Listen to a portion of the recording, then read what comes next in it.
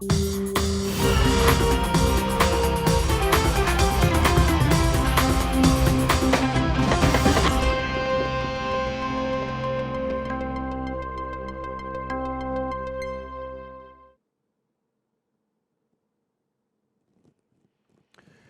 dia, comunidade ICL, seja bem-vinda para mais uma edição do Desperta ICL, hoje comigo, César Calejon.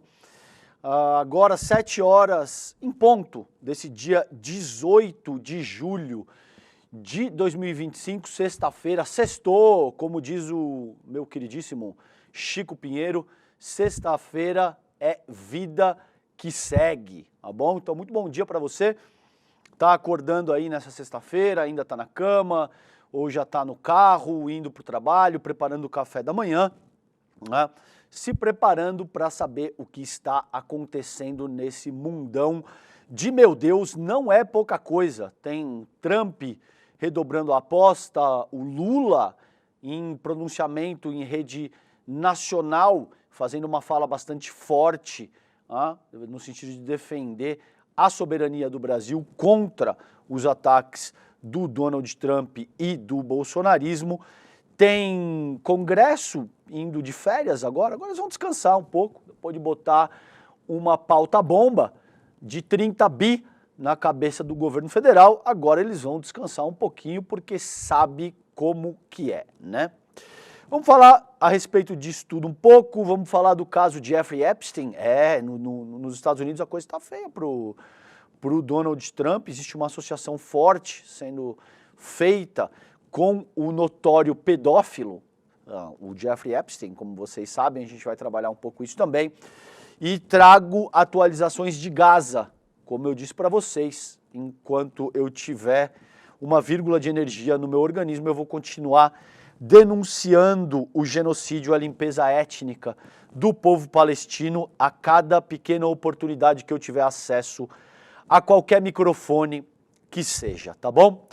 Gente, vamos começar então tradicionalmente, como a gente sempre faz aqui, com a previsão do tempo.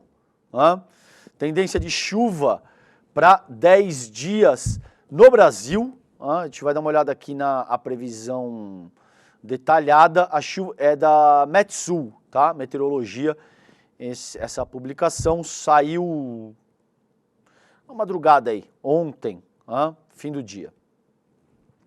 A chuva no Brasil nos próximos 10 dias se concentrará nos extremos sul e norte do território nacional, além do litoral da região nordeste, segundo esses dados aqui da Metsul. Aí vocês têm o mapa, tá? Para quem não está vendo, tem uma região mais seca, uma área mais seca ali entre a região central e partes ali do sudeste e do nordeste também do Brasil, e mais água prevista para os extremos, tanto ali no extremo norte quanto no sul do país. Então o mapa acima mostra a projeção de chuva para 10 dias. Inclui a chuva de hoje no sul do Brasil, que deve ser causada por uma frente fria. A região norte deixou o período chuvoso do ano, que se denomina de inverno amazônico, o período do calendário em que há uma maior concentração das chuvas, que vai de dezembro até meados de maio e que normalmente concentra 60%, 70% da precipitação do ano. Com isso, a região está sob o chamado verão amazônico, que traz uma forte redução das precipitações e tempo mais seco, principalmente em áreas mais ao sul da região da Amazônia Legal. Sob esse cenário, a instabilidade ocorre em locais mais próximos da linha do Equador. Por isso, nos próximos 10 dias, a chuva se concentrará mais no norte do Amazonas e do Pará, além de Roraima e Amapá, enquanto no restante da região predomina o tempo seco. No Nordeste, grande parte da precipitação se concentra perto da costa, mas para o interior a chuva é muito irregular. No oeste da Bahia e no sul do Piauí e do Maranhão pode sequer chover nos próximos 10 dias, tá? Centro-oeste, tendência para 10 dias, indica escassez de precipitação. Sudeste, a temporada seca também se fará sentir nos próximos 10 dias com escassez de chuva. Como eu fiz ontem, gente, fica a recomendação, principalmente para quem está em áreas mais secas, no qual a chuva é mais escassa, procure utilizar umidificador ou fazer inalação com crianças pequenas. Se você não tem esses aparelhos em casa, procure colocar um balde com água, uma bacia com água, toalha molhada, que ajuda principalmente no cômodo no qual você ou as crianças dormem.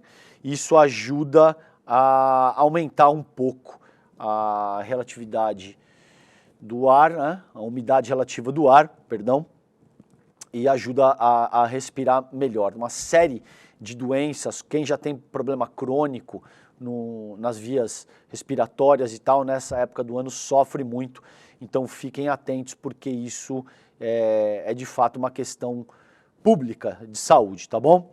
Muito bem, gente, bom dia, 7 horas e 6 minutos, vamos acordando. O Desperta ICL hoje comigo, César Calejon. Eu comecei, como a gente tradicionalmente faz aqui no Desperta, com a previsão do tempo, indicando precipitações e chuvas em algumas partes do Brasil, uma região, maior parte do país também, com um clima bastante seco, o que implica aí essa questão de dificuldade de respiração por conta da baixa umidade relativa do ar, tá bom? Vamos começar com a pauta propriamente dita agora aqui.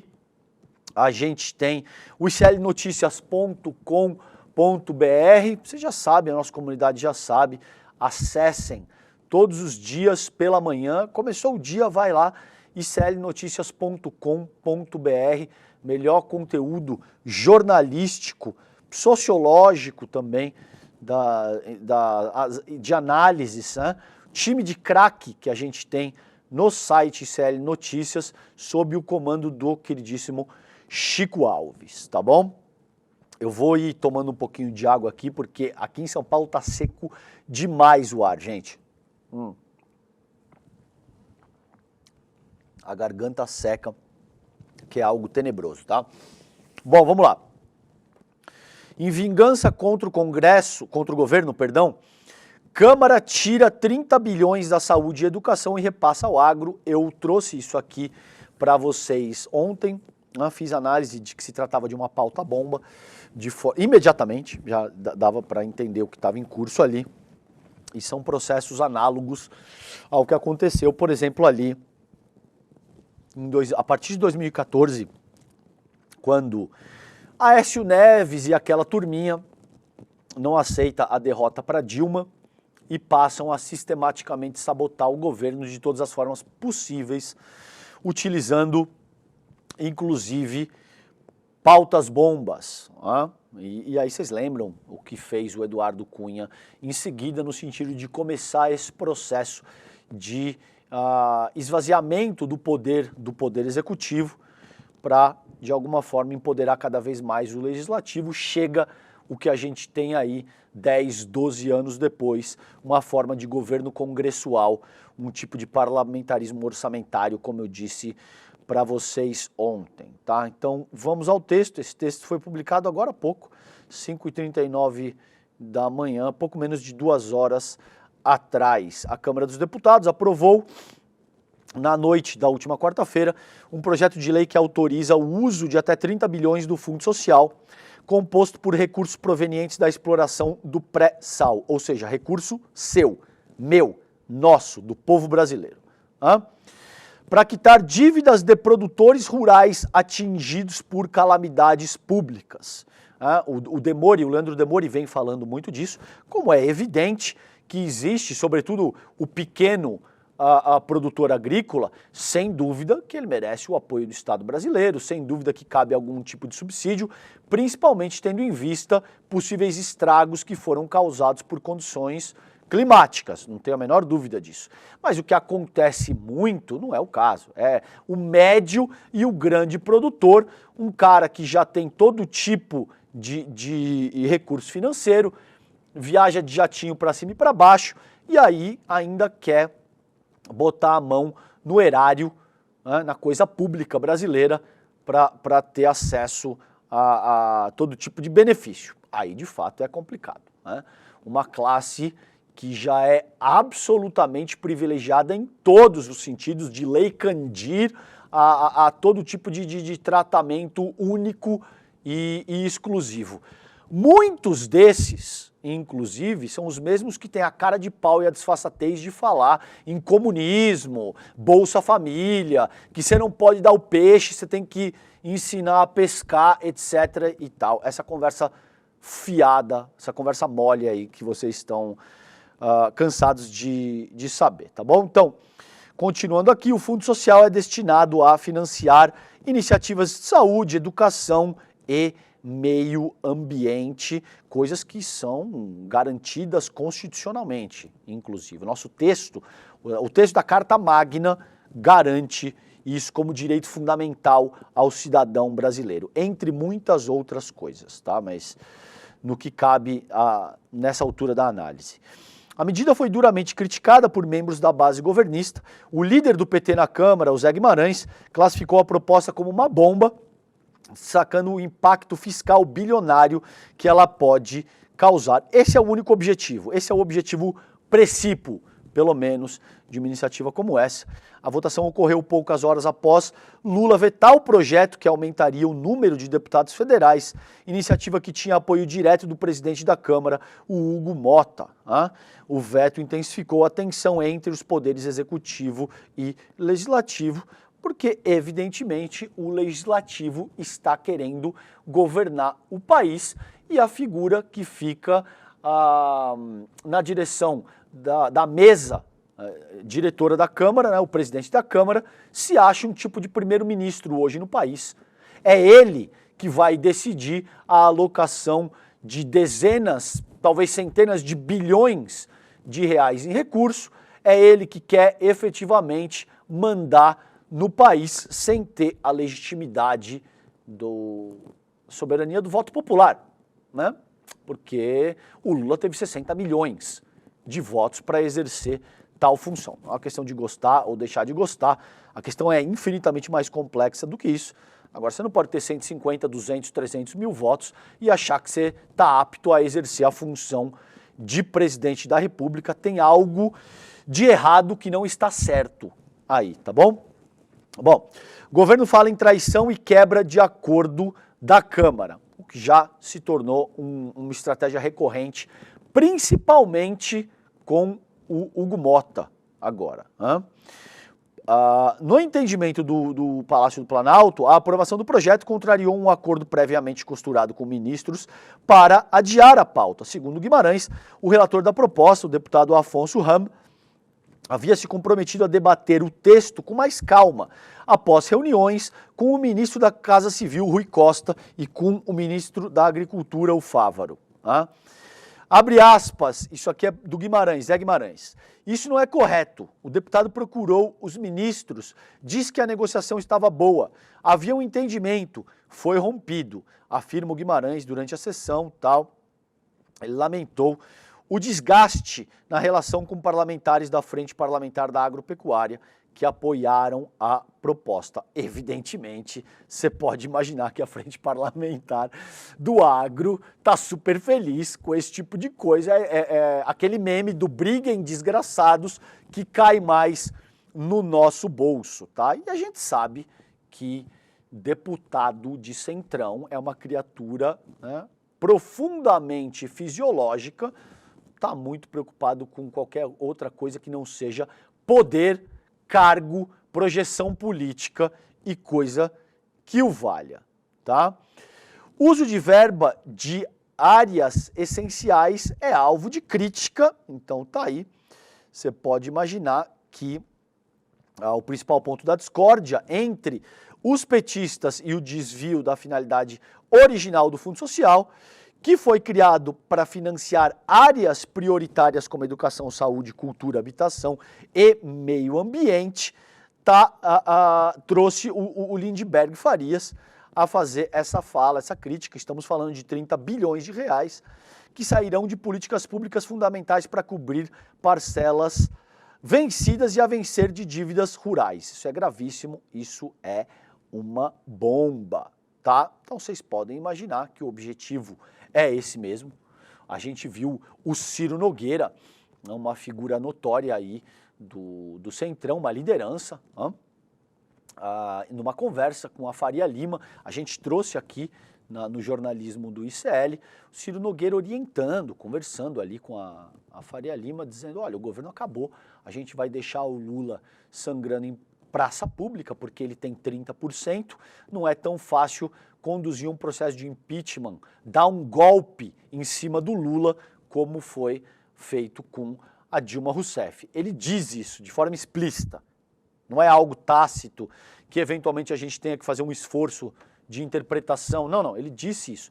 Só o que ele não contava, uma figura como Ciro Nogueira e nenhum desses membros do Centrão, é que pouco mais de 1 mês e meio, talvez 2 meses depois dessa fala, a coisa estaria radicalmente em processo de transformação, principalmente por conta do ataque que o Donald Trump fez em nome do bolsonarismo. A gente já falou isso várias vezes aqui, a gente sabe que a questão é muito mais profunda, envolve um jogo geopolítico, envolve o interesse do grande capital estadunidense através de operadoras de instituições financeiras, através de Big Tech, através do grande capital estadunidense.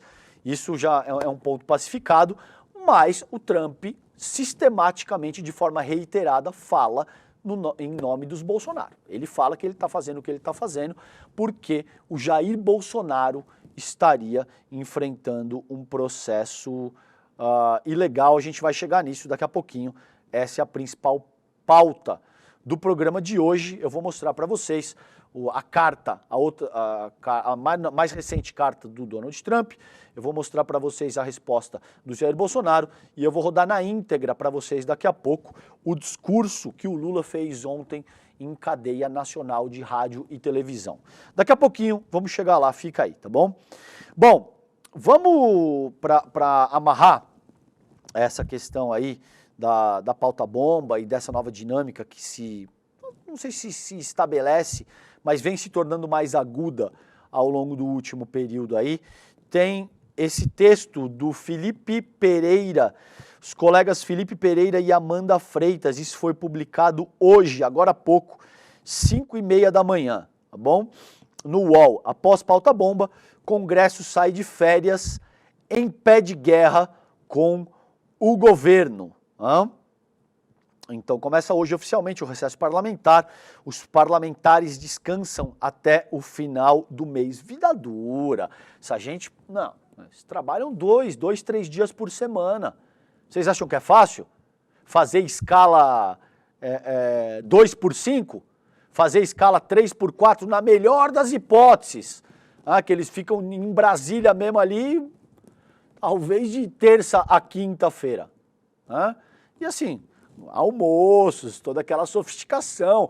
O povo sua. Não é fácil não trabalhar 2, 3 dias por semana com todo tipo de benefício que vocês possam imaginar, tá bom? Então, agora eles estão cansadinhos, tem que tirar férias. Então eles descansam até o fim do mês. Na volta terão de encarar o clima com o governo, que azedou na véspera das férias. Está dizendo o texto aqui, tá? Não sou eu dizendo que azedou o pé do frango, não.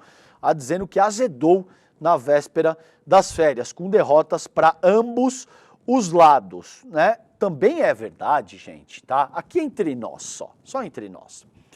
O Centrão estava muito empoderado, né? O Jair Bolsonaro, a partir já do Eduardo Cunha, lá atrás, começa a passar um monte de PEC, começa fazer paulatinamente essa transferência de emenda impositivas, emenda disso, emenda PIX, emenda de não sei das quantas, tá? Começa a passar do executivo paulatinamente para o legislativo, e isso ganha um volume muito maior a partir do Arthur Lira e do desgoverno Bolsonaro. Se vocês pegarem o gráfico, tem o volume de emendas empenhadas e pagas até 2019, devia estar algo assim entre 5 e 10 bi, né? Em 2020 isso estoura, vai para 30, 40.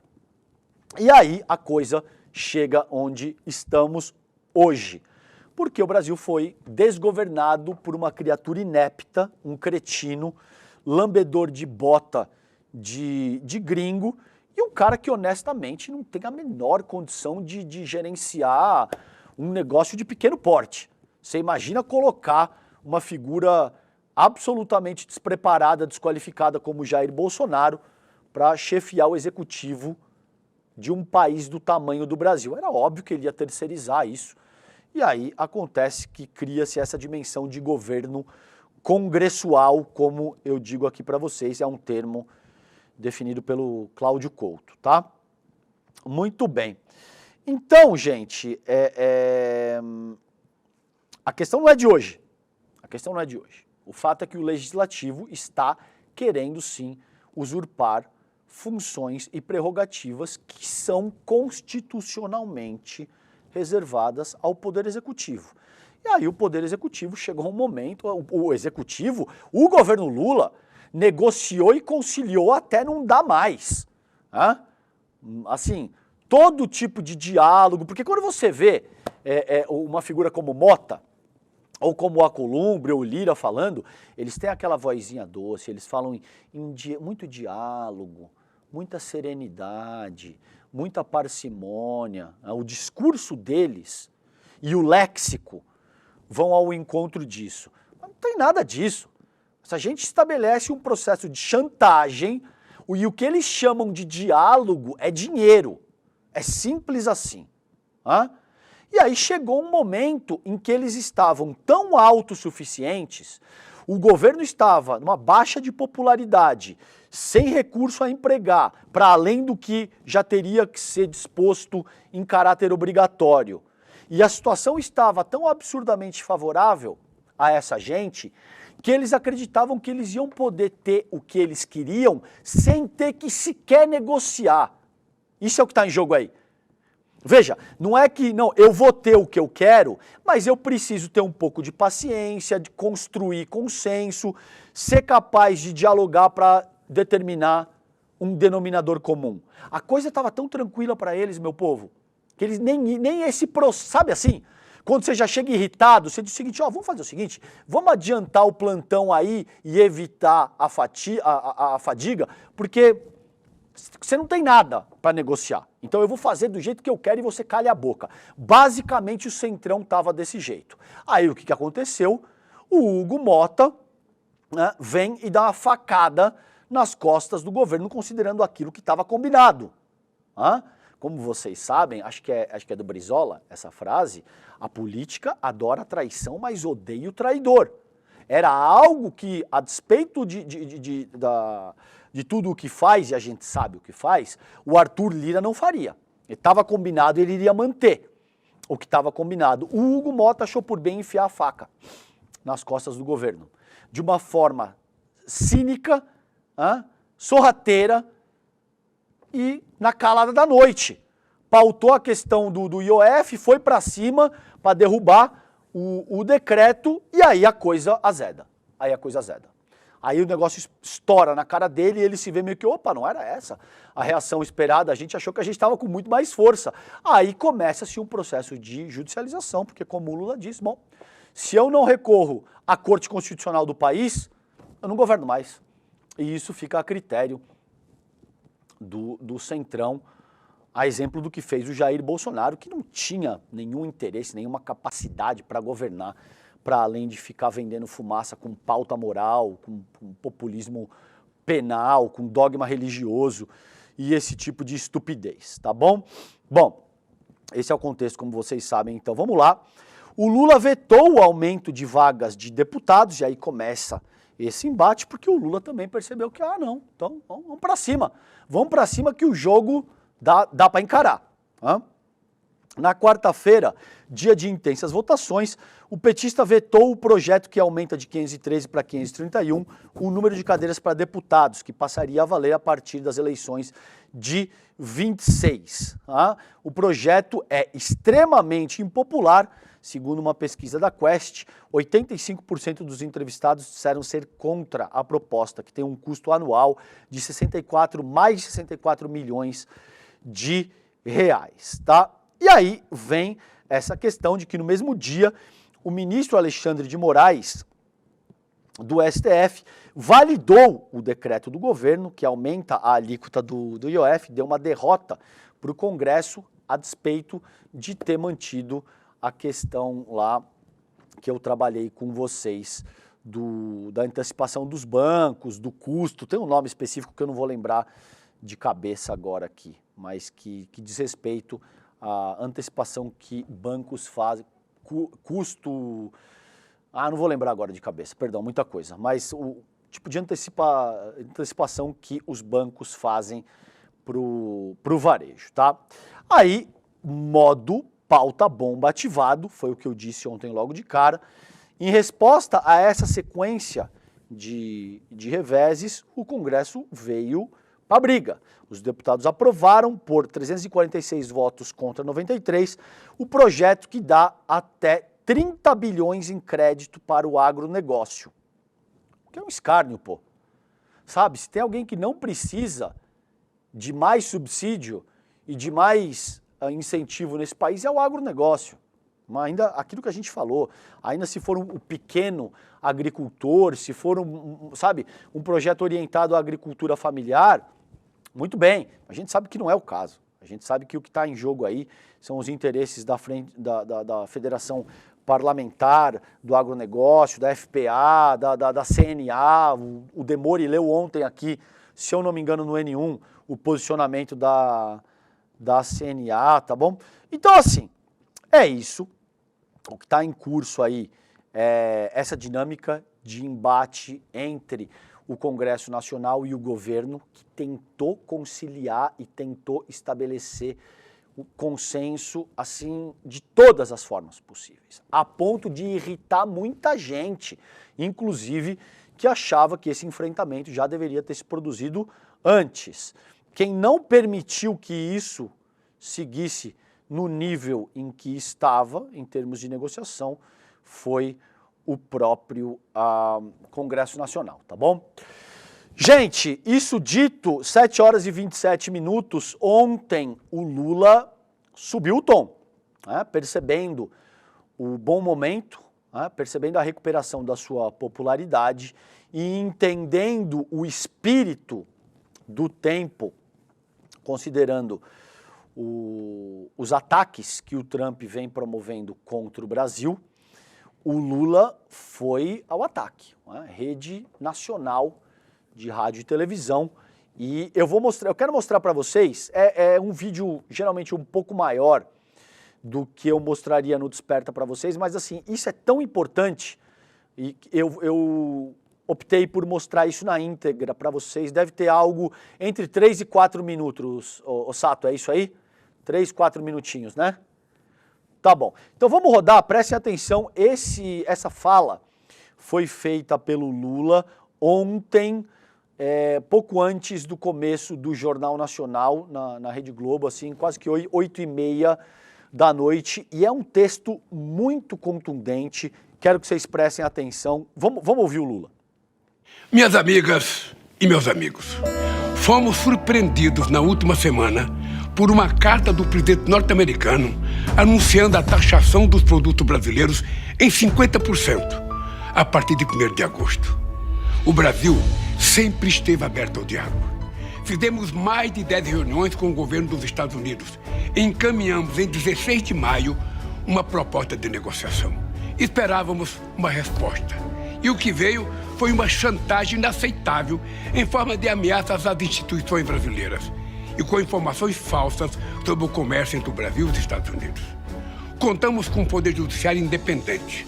No Brasil, respeitamos o devido processo legal, o princípio da presunção da inocência, do contraditório e da ampla defesa. Tentar interferir na justiça brasileira é um grave atentado à soberania nacional. Só uma pátria soberana é capaz de gerar empregos, combater as desigualdades, garantir saúde e educação, promover o desenvolvimento sustentável e criar as oportunidades que as pessoas precisam para crescer na vida. Minha indignação é ainda maior por saber que esse ataque ao Brasil tem apoio de alguns políticos brasileiros. São verdadeiros traidores da pátria. Apostam no quanto pior, melhor. Não se importam com a economia do país e os danos causados ao nosso povo. Minhas amigas e meus amigos, a defesa da nossa soberania também se aplica à atuação das plataformas digitais estrangeiras no Brasil. Para operar o nosso país, todas as empresas nacionais e estrangeiras são obrigadas a cumprir as regras. No Brasil, ninguém está acima da lei. É preciso proteger as famílias brasileiras de indivíduos e organizações que se utilizam das redes digitais para promover golpes e fraudes, cometer crime de racismo, incentivar a violência contra as mulheres e atacar a democracia. Além de alimentar o ódio, violência e bullying entre crianças e adolescentes, em alguns casos, levando à morte. E desacreditar as vacinas, trazendo de volta doenças há muito tempo erradicadas. Minhas amigas e meus amigos, estamos nos reunindo com representantes dos setores produtivos, sociedade civil e sindicatos. Esta é uma grande ação conjunta que envolve a indústria, o comércio, o setor de serviço, o setor agrícola e os trabalhadores. Estamos juntos na defesa do Brasil. E faremos isso de cabeça erguida, seguindo o exemplo de cada brasileiro e cada brasileira que acorda cedo e vai à luta para trabalhar, cuidar da família e ajudar o Brasil a crescer. Seguiremos apostando nas boas relações diplomáticas e comerciais, não apenas com os Estados Unidos, mas com todos os países do mundo. Minhas amigas e meus amigos, a primeira vítima de um mundo sem regras é a verdade. São falsas as alegações sobre práticas comerciais desleais brasileiras. Os Estados Unidos acumulam há mais de 15 anos robusto superávit comercial de 410 bilhões de dólares. O Brasil hoje é referência mundial na defesa do meio ambiente. Em 2 anos já reduzimos pela metade o desmatamento da Amazônia. Estamos trabalhando para zerar o desmatamento até 2030. Além disso, o Pix é do Brasil. Não aceitaremos ataque ao Pix, que é um patrimônio do nosso povo. Temos um dos sistemas de pagamento mais avançados do mundo e vamos protegê-lo. Minhas amigas e meus amigos, quando tomamos posse na presidência da República, em 2023, encontramos o Brasil isolado do mundo. Nosso governo, em apenas 2 anos e meio, abriu 379 novos mercados para os produtos brasileiros no exterior. Estamos construindo parcerias comerciais com a União Europeia, a Ásia, a África e nossos vizinhos da América Latina e do Caribe. Se necessário, usaremos todos os instrumentos legais para defender a nossa economia, desde recursos à Organização Mundial do Comércio até a Lei da Reciprocidade, aprovada pelo Congresso Nacional. Minhas amigas e meus amigos, não há vencedores em guerras tarifárias. Somos um país de paz, sem inimigos. Acreditamos no multilateralismo e na cooperação entre as nações. Mas que ninguém se esqueça, o Brasil tem um único dono, o povo brasileiro. Muito obrigado.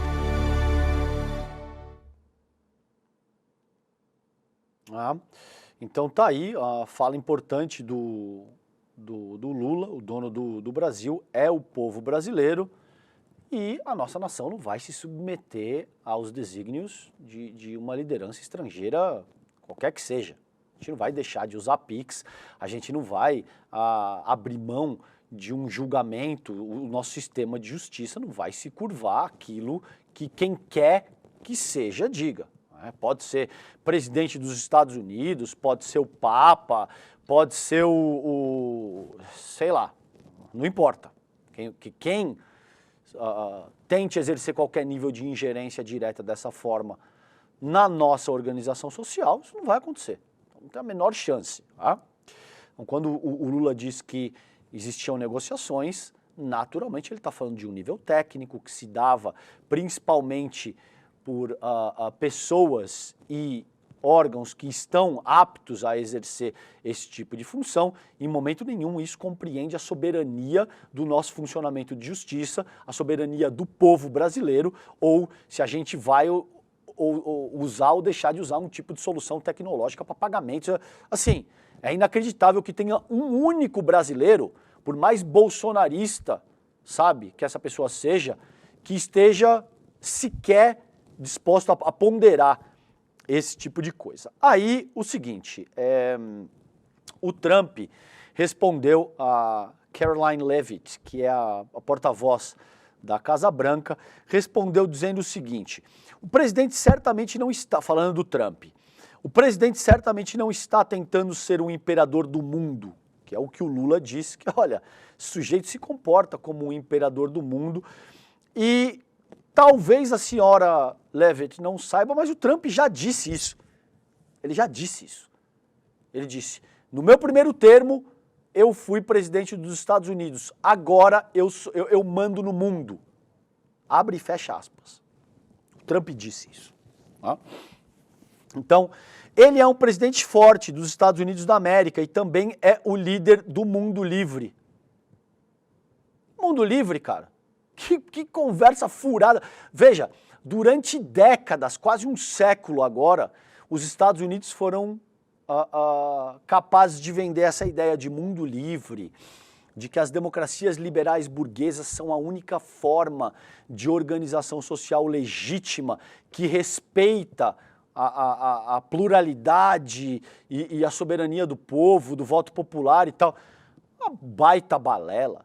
Os Estados Unidos são governados pela força do capital. Quem manda efetivamente nos Estados Unidos, meia dúzia de companhia, que agora Big Tech, que diz respeito à produção de combustível fóssil e tal. Quer dar um oizinho aqui, pessoal? Vem, lindão. Demore tá aqui, acabou de chegar. O programa era seu, cara. Então, assim, quem manda efetivamente no mundo é o grande capital. Olha o homem aqui, ó, como ele tá chique. Tá sentindo saudade do Desperta? Manda um beijinho pros seus... Beijo pra galera do Desperta. Daqui a pouquinho estamos lá no N1, gente. Beijo. Valeu, lindão.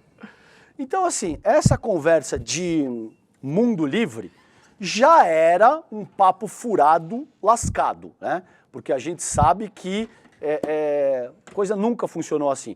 O que acontece é que de 6 meses para cá, durante esse segundo termo do Donald Trump, nem o verniz, gente, nem o verniz. Esses caras estão prendendo alunos de doutorado nos Estados Unidos que fazem artigo de opinião condenando o holocausto do povo palestino, condenando o genocídio que está acontecendo em Gaza. Eles estão prendendo as pessoas. Então a gente ainda tem que aturar esse tipo de conversa fiada, falando de primeira emenda, falando de censura. Faça-me o favor, tá? Então, assim, não tem absolutamente nada de líder do mundo livre. Essa conversa aí já não cola mais. E vimos uma grande mudança em todo o globo por causa da liderança firme deste presidente. Conclui aí o posicionamento da Karoline Leavitt. Agora, olha que doideira. Vou mostrar isso aqui para vocês.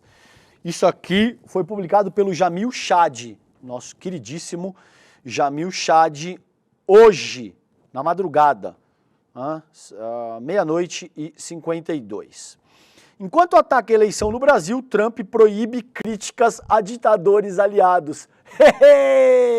Que legal, não é legal?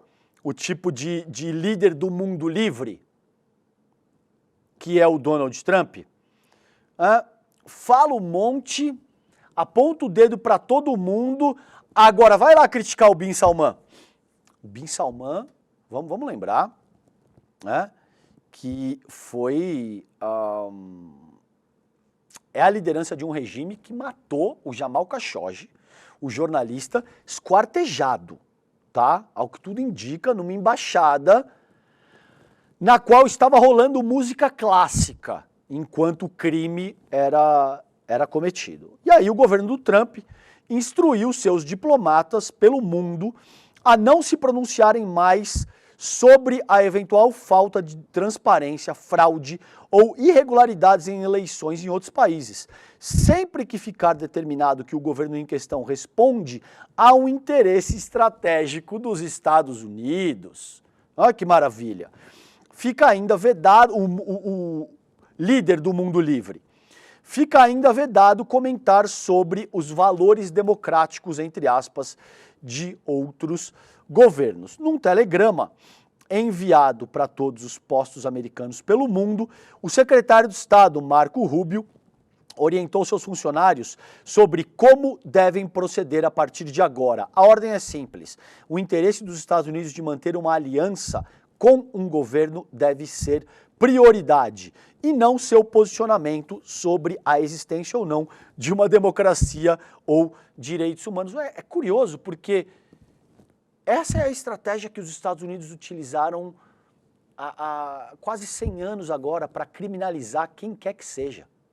Toda vez que eles querem invadir, jogar bomba, desestabilizar uma democracia legítima, eles vêm com esse papinho. Ah, não são ditadores, é um regime. Eles começam a reorganizar essas estruturas para criminalizar uma determinada figura ou um determinado governo, uma nação, e em seguida eles levam democracia para esse país, tá? Então, diz aqui o telegrama, abre aspas, quando for apropriado comentar sobre uma eleição no exterior, nossa mensagem deve ser breve, focada em parabenizar o candidato vencedor e, quando apropriado, mencionar interesses compartilhados de política externa. Cara, o cara tá se metendo no jogo eleitoral brasileiro da forma mais agressiva possível. O cara tá usando 50% de taxa contra toda a nossa pauta exportadora para atacar o governo Lula e para comprometer o projeto, principalmente dos BRICS+. As mensagens devem evitar opinar sobre a imparcialidade ou integridade de um processo eleitoral, sua legitimidade ou os valores democráticos do país em questão. Olha que curioso, o Marco Rubio, porque no Brasil, o Trump, vocês estão fazendo absolutamente o oposto disso, tá bom? A ponto de que até figuras notórias da extrema-direita, bolsonaristas, disseram, não, acho que está acontecendo uma injustiça contra o Jair Bolsonaro, o que disse o próprio Mourão, por exemplo. Mas não vem meter o bedelho aqui não. Quem tem que cuidar disso somos nós, os brasileiros, tá bom? Então só trouxe isso aqui porque o Trump questionou a eleição no Brasil, né? Essa questão da perseguição contra o Bolsonaro, mas ditaduras amigas que vão ao encontro dos interesses dos Estados Unidos, aí tá tranquilo, é melhor não falar nada. Eu sou líder do mundo livre, mas em alguns casos, no mucho, tá bom? Gente, e aí tem uma questão na fala dele, do Lula, no qual ele diz que existem políticos brasileiros que estão apoiando isso e que são traidores da pátria. Eu separei aqui para vocês para mostrar porque isso é um escárnio, tá bom? Ô Sato, coloca aí o tweet do Eduardo Bolsonaro na tela. Prezado presidente Donald Trump, é isso aí. Mas, isso, só o tweet, boa. Então tá aí, isso aí foi feito, eu tirei esse print ontem, isso aí deve ter sido feito na quarta-feira. Tá? Então aqui vocês têm um deputado federal, né, um parlamentar, que deveria representar os interesses do povo brasileiro sobre todas as coisas, independentemente do teu posicionamento político partidário ou político ideológico, você não pode jogar contra toda a sua nação para tentar avançar a sua agenda. Isso não é uma questão de direita, de esquerda, de comunismo, de capitalismo, de socialismo, o que quer que seja. Você, enquanto parlamentar brasileiro, tem a obrigação de defender os interesses do povo brasileiro. Tá? Muito bem, o Eduardo Bolsonaro, além de não fazer isso, vocês sabem, ele se licenciou, agora parece que vai ficar por lá mesmo, vai para os Estados Unidos e começa ativamente a fazer lobby para que os Estados Unidos sancionassem o Brasil, com algum tipo de coisa, demandando que o Moraes seja sancionado com a lei Magnitsky, que o nome do Moraes seja acrescentado na lista SDN da OFAC, do Departamento de Tesouro dos Estados Unidos, o que pode impedir o Moraes eventualmente operar com crédito, ter qualquer tipo de vínculo com instituições financeiras, tudo isso ainda pode acontecer, inclusive A coisa ia por esse caminho.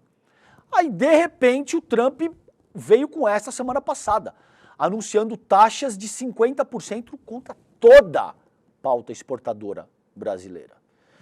E ainda assim, muita gente defendeu. O Tarcísio, né, com o bonezinho vermelho, tomou muita pancada, o Tarcísio perdeu muito capital político, inclusive de uma boa parte da direita, que já estava alinhada com ele. O capital financeiro, os industriais, mídia hegemônica, meio que já tinha adotado a candidatura do Tarcísio para chamar de sua e agora voltou atrás. O Tarcísio começou a tomar muita pancada e começou a tomar pancada de todos os lados.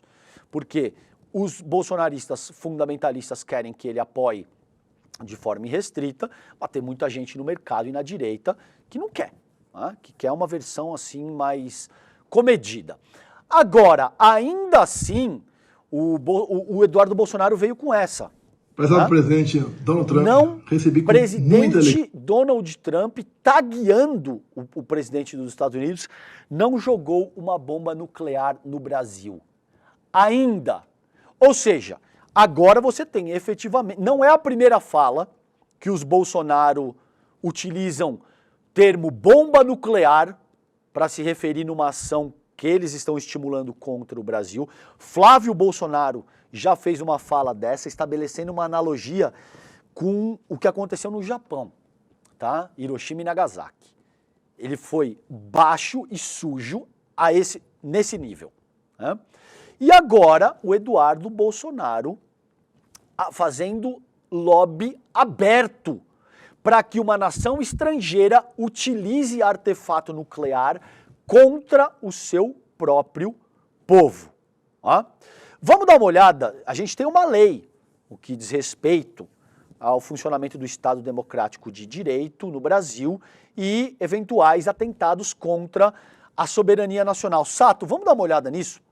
Aí, ó, tá bom? Essa aí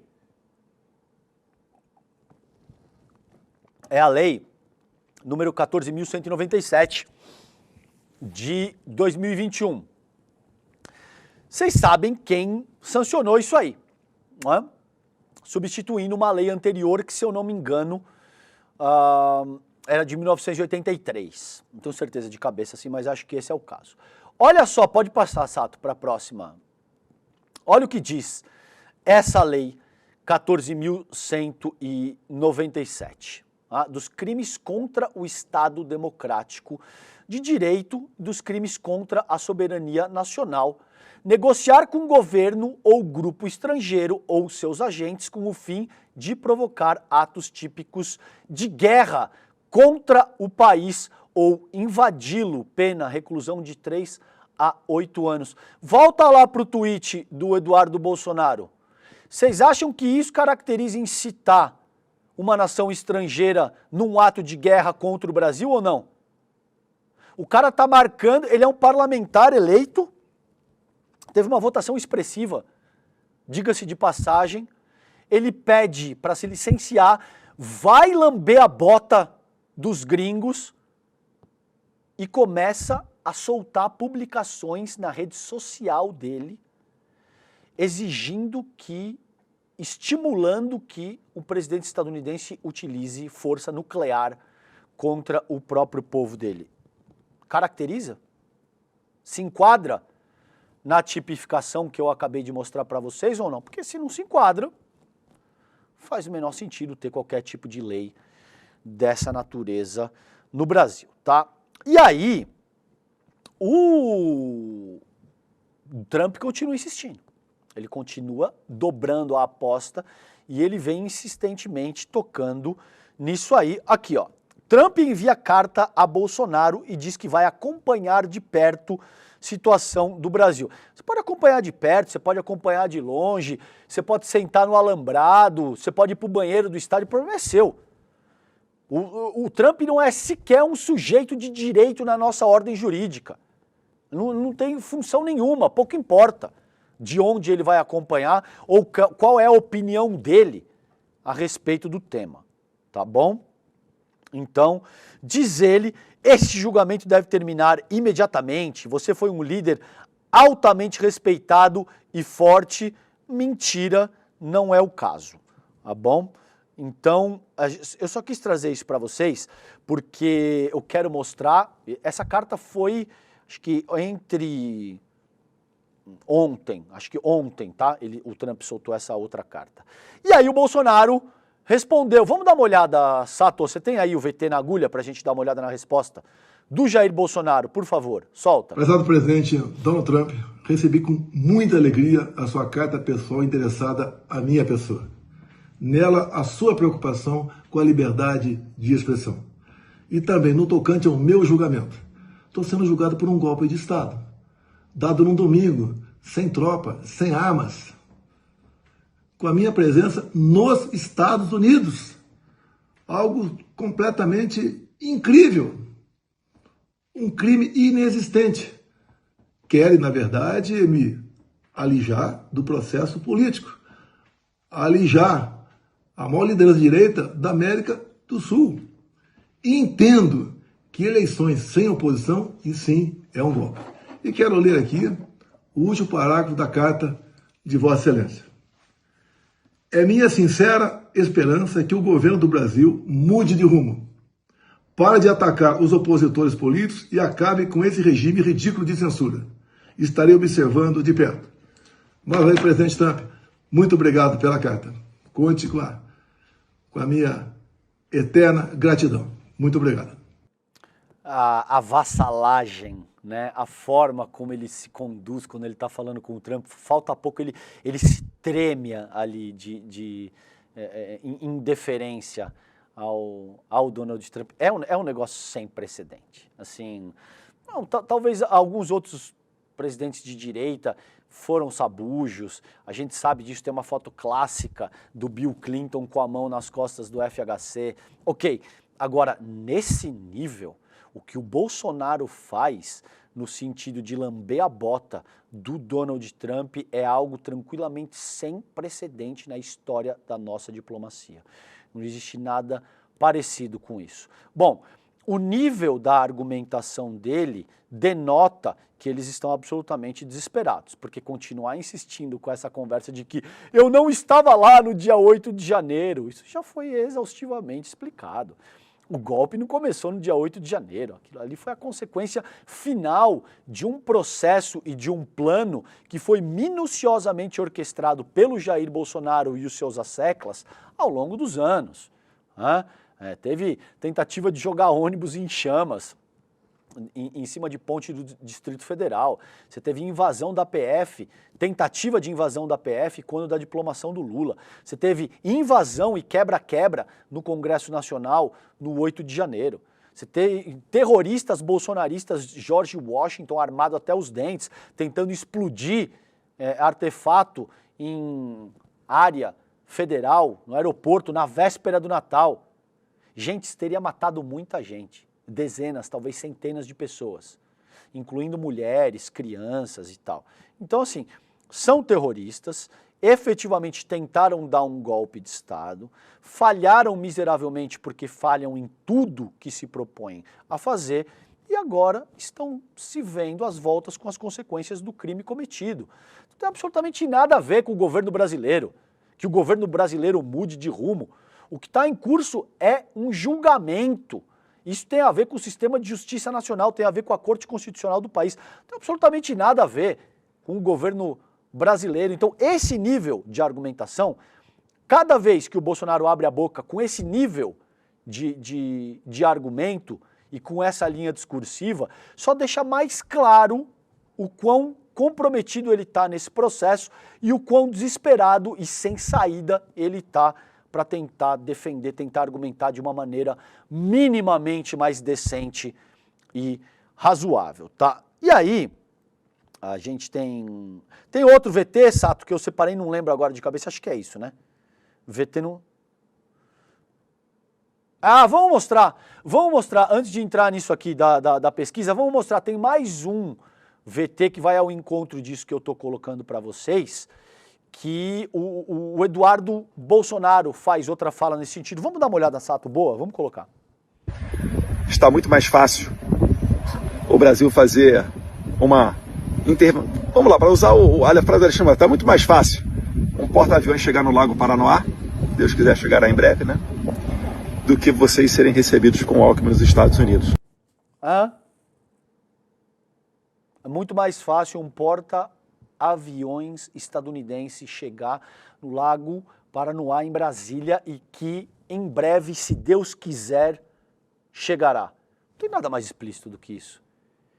A prisão desse cara precisa ser decretada, lista da Interpol, sei lá, não sou operador do direito, muito menos jurista, formulador de doutrina, mas me parece que o cara está explicitamente clamando por uma invasão estrangeira, pelo uso de arma nuclear contra o Brasil. Vai ficar por isso mesmo? Os caras não vão ter que responder juridicamente por esse tipo de crime, de fala criminosa? Bom, vamos aqui para o motivo do desespero dessa gente. Isso aqui é do Estadão, de novo não é do Grama cubano, ou de um jornal minimamente progressista, é do Estadão. Lula lidera todos os cenários para 2026, diz pesquisa Genial Quest.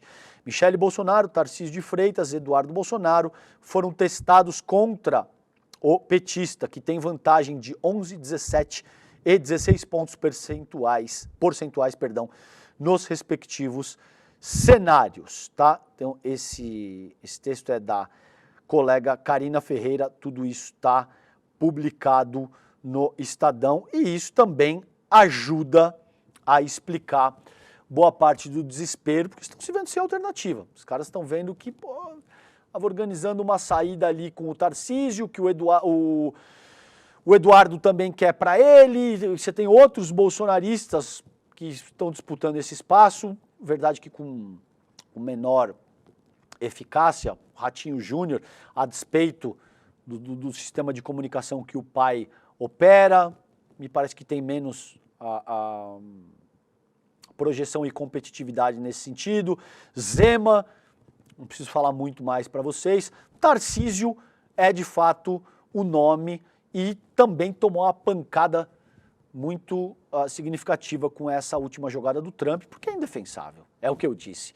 Independentemente de onde você esteja no espectro político ideológico, não tem, enquanto parlamentar, enquanto figura pública, enquanto jornalista, enquanto comunicador, o que quer que seja, defender a agressão gratuita de uma nação estrangeira contra o seu próprio povo.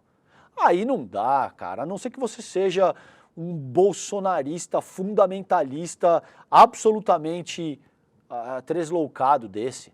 Caso contrário, não tem como defender isso. É muito difícil, né? E aí, gente, eu separei nesses 2 minutos finais aqui um negócio que eu vou pedir para que vocês acompanhem, que é esse caso do Epstein. Tá? E a coisa tá pegando pro Donald Trump lá fora. Tá? Tem um desgaste do mundo MAGA com o Donald Trump, porque o Trump prometeu abrir o que seria uma lista de clientes do Epstein, que, como vocês sabem, é um notório pedófilo, abusador sexual, foi condenado, morreu nos Estados Unidos, a versão oficial dá conta de suicídio.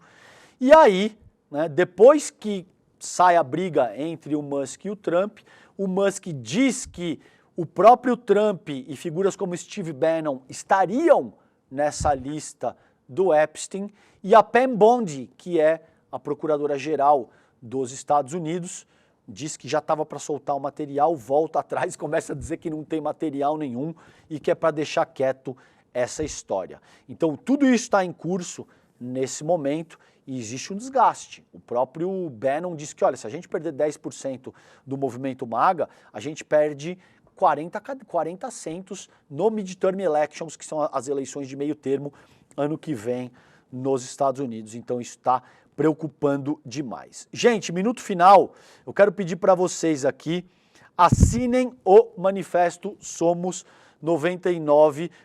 Estamos chegando em 420 mil assinaturas e esse é um baita movimento que está dando o que falar. Assine, leia o manifesto, trave contato, entre em contato com aquilo que o texto do manifesto do Somos 99% propõe, tá bom? Além disso, gente, a gente tem o quê? ICL Eterno, que é uma bomba. Vem bomba por aí. ICL Eterno trará as novidades mais revolucionárias que o ICL já apresentou desde o começo das nossas atividades, tá? Então, vocês não podem perder, tá aí, entra agora, ó, despertaicl.com.br, entra agora enquanto você espera o começo do N1, porque tem muita coisa que vocês vão ficar assim absolutamente boquiabertos com o que o Edu Moreira vai apresentar nessa ocasião do ICL Eterno. É uma pancada. 27 de julho, 20 horas, inscreva-se já para participar, tá bom? Gente, com isso eu encerro o Desperta ICL de hoje. Vocês ficam agora com o ICL Notícias, primeira edição. Beijo grande para vocês, bom fim de semana, aproveitem, até segunda-feira, tchau, tchau. O ICL foi o único veículo de imprensa monitorado e perseguido pela ABIN paralela de Jair Bolsonaro. Nas mais de 1000 páginas do relatório da Polícia Federal, só o ICL aparece como veículo de imprensa. O motivo, todos vocês sabem. O jornalismo independente, que não tem patrocínio, nem verba de empresas nem de governo, e fala o que tem que ser falado. Eles tentaram destruir o ICL, mas eles não conseguiram. Agora, o pior para eles ficou guardado para depois. Mais especificamente para o dia 27 de julho. É nesse dia que eu vou anunciar as novidades mais revolucionárias da história do ICL. O início de um novo capítulo do ICL.